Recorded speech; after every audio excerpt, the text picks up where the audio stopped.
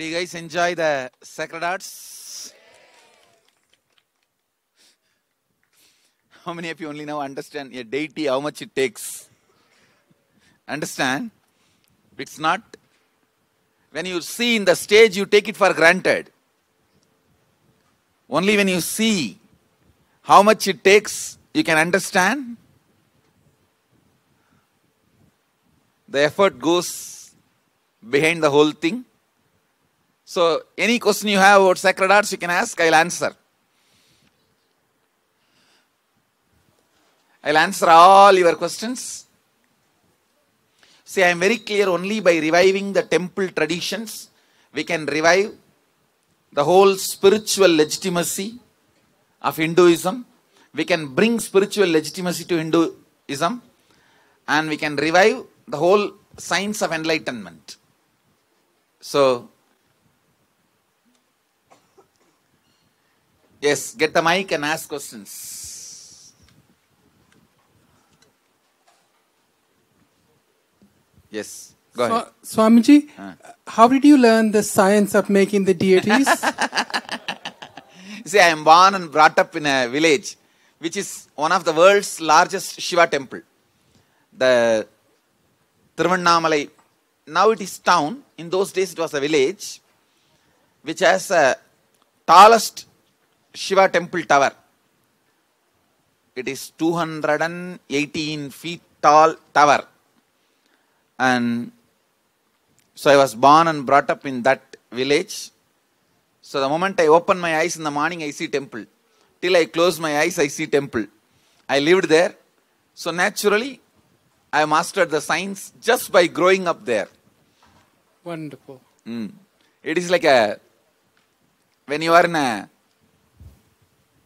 university, your father and mother are professors in the university, and you grow up in the university campus. Naturally, you will learn teaching. So I was born and brought up in a temple. So naturally, I learned. And my family was they call it Dharmagartas, means the authorities of the temple. My grandfather was the authority. Before him, his father, like for hereditary generations. Till my father's generation, the main temple, Shiva temple, was run by my family. Even now, my family only takes care of running, but it's on the government. The authority has been taken away by the government. Running, work is done by my family. So because I was born and brought up in that family, naturally I mastered the whole science.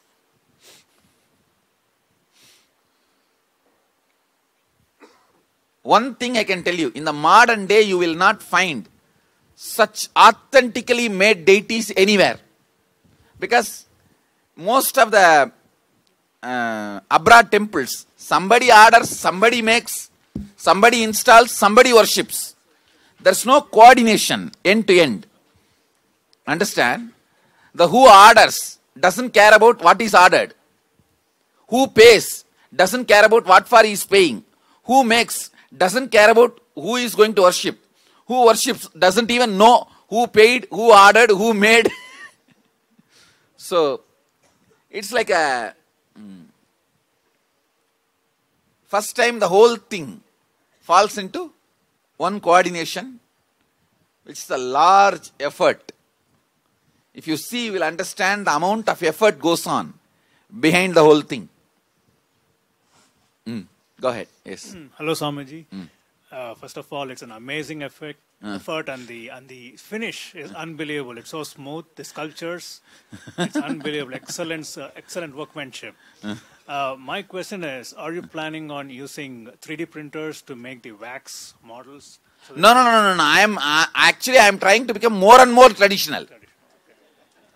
Even some of the equipments I am using now, I am trying to go back to the traditional, because I am trying to give job to this community.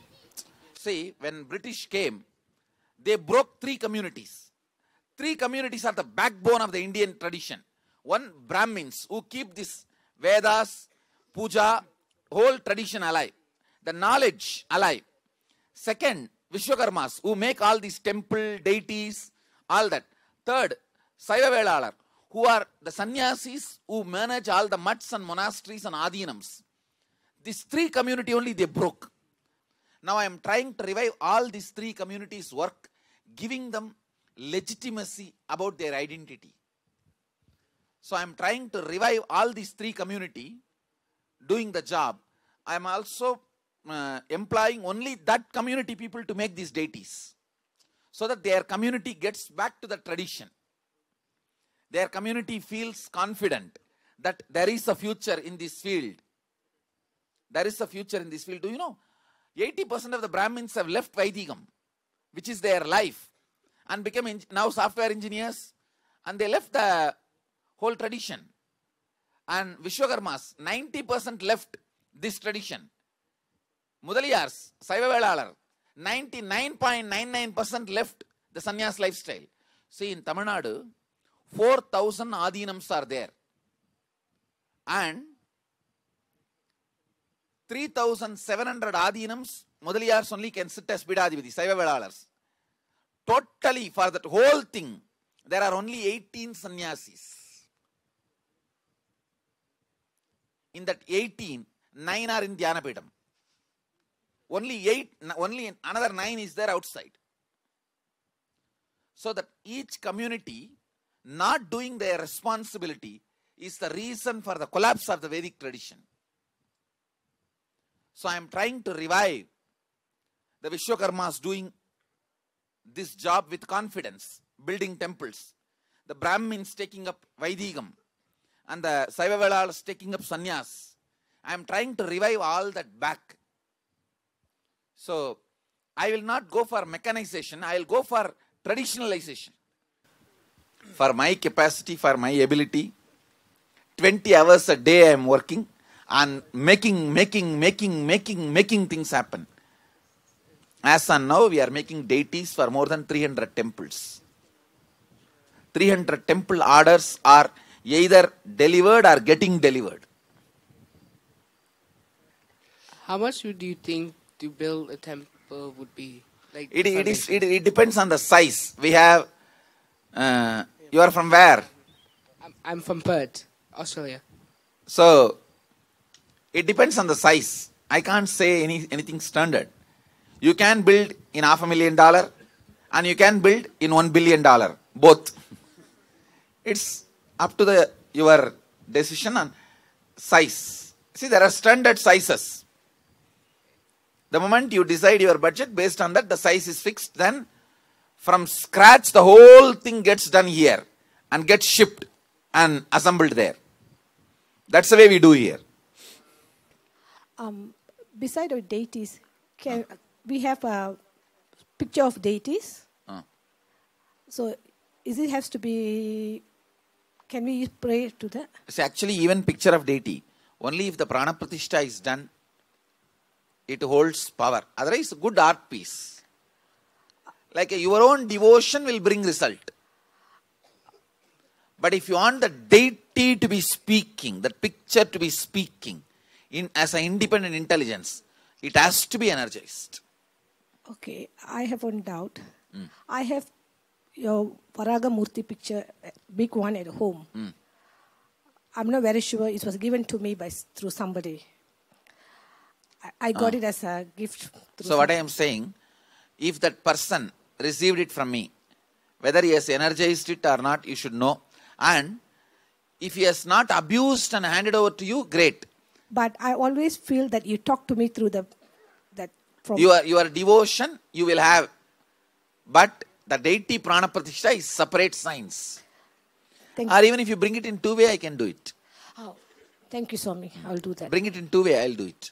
Thank you very much. Question. I see that you, on one side, you were very compassionate, kind, so truthful. Other side, ferocious. Yes. And I'm very moved when understand. See,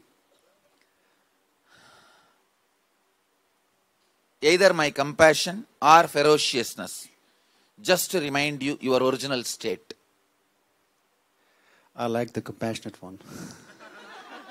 Then you hate your own ferociousness, which is not good for you. Yes, maybe. Understand? you need to be ferocious with you. So when it comes to you, you are very compassionate. When it comes to others, you will be ferocious. Possible. So now bring both to you. Where you need to be ferocious with you, be ferocious. Where you need to be compassionate, be compassionate. Then you will be able to do the both beautifully in a just flowing without conflict with others also. Okay, Swamiji. See, end of the day, my compassion or ferociousness, both are just tools to make you me, me you. Yes. Sometimes I shake you with the ferociousness and cool you with compassion. So, if I'm supposed to surrender myself to you, whom should I choose? Surrender to the ferociousness. Okay. Compassion will take time. Because I fight. So the compassion will do lullaby. Ferociousness just will kick you and you will wake up. But I feel actually ferociousness will give you enlightenment immediately. Kalabhairava will give you enlightenment immediately. But I find you are much stronger and much more powerful when you are compassionate and kind. That I find a bigger strength to be angry. That's understand. Yeah. With the compassion side of me, even if you surrender, you will keep me under a frame. Okay. With ferocious side of me, when you surrender, you really have to let go. Understand? Okay. That will make you immediately awakened. It will make you me immediate. The ferocious side is the side you should celebrate. Okay, Swamiji. Thank you very much. You see, in compassionate side, I will be talking, beating around the bush and waiting for you to evolve. With ferocious side, straight I will catch your neck and tell the truth. Not only tell the truth, I will push it inside your throat.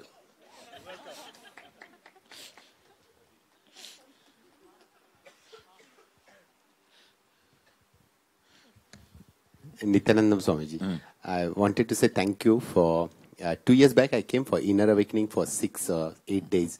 I shared that there were some sounds that were coming from my house, which there was no logical reason, and you said you will complete with it. Within a couple of weeks, I brought the mud from our banyan tree. The sounds disappeared. Not only that, the house below, which was having lots of fights, all the time there were arguments, had calmed down a lot more. So now that everything has settled quite well. Thank you. I think somebody has committed suicide in that house earlier. Okay. Now that soul has rested in peace. Thank you, Swamiji. That is why. Swamiji, during the third eye reading, I see letters, but they're all incorrect. So, is it my imagination or... No, actually, third eye is flickering. There is not imagination. Because in imagination you can't see. That flickering is happening. Means the whole fluoride is leaving the system. Thank you. I wanted to, Swamiji, I wanted to ask about the list, what we prepared. First of all, the lady was talking about repelling insects. Can it also repel other beings like men? Yes. You so can. There is always a bad side to... No, when you decide, when you decide to repel only insects, you can repel only insect. If you decide to repel the human beings, you can repel human beings. It is up to your decision. Okay, so that's great news. So it doesn't have side effect. No side effect. See, please understand, anything done consciously do not have side effect. Don't worry at all about it.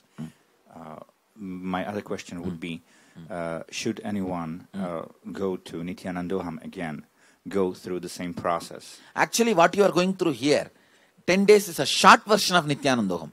You are not going through the whole Nithyanandaham. Be very clear. And it's a very short version. So, naturally the Kumbh Mela will be an amazing gift for you.